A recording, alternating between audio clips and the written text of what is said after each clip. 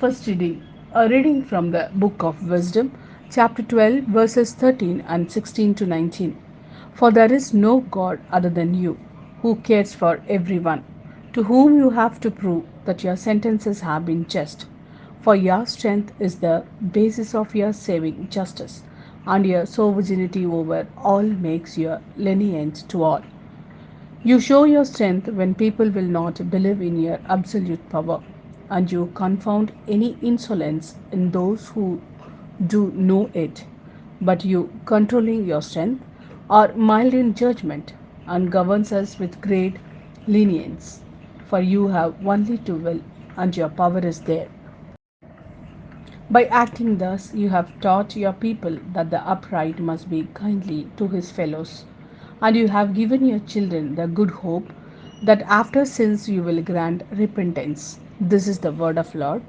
Thanks be to God. Second reading. A reading from the letter of St. Paul to the Romans, chapter 8, verses 26 to 27. And as well as this, the Spirit too comes to help us in our weakness. For when we do not know how to pray properly, then the Spirit personally makes our petitions for us in groans that cannot be put into words. And he who can see into all hearts knows what the Spirit means, because the prayers that the Spirit makes for God's holy people are always in accordance with the mind of God. This is the word of Lord. Thanks be to God. A reading from the Gospel according to Saint Matthew, chapter 13, verses 24 to 43. He put another parable before them. The kingdom of heaven may be compared to a man who sowed good seed in his fields. While everybody was asleep, his enemy came, sowed darnel all among the wheat, and made off. When the new wheat sprouted and ripened, then the darnel appeared as well.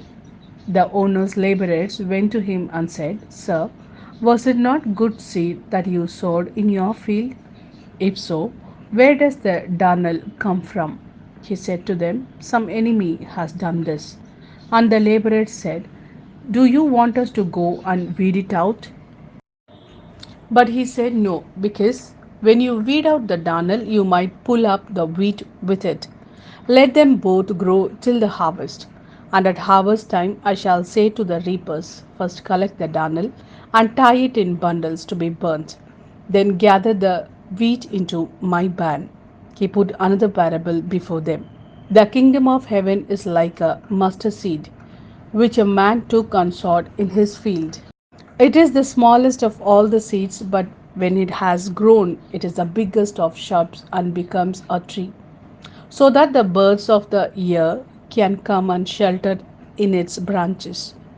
He told them another parable. The kingdom of heaven is like the yeast a woman took and mixed in with 3 measures of flour till it was leavened all dough.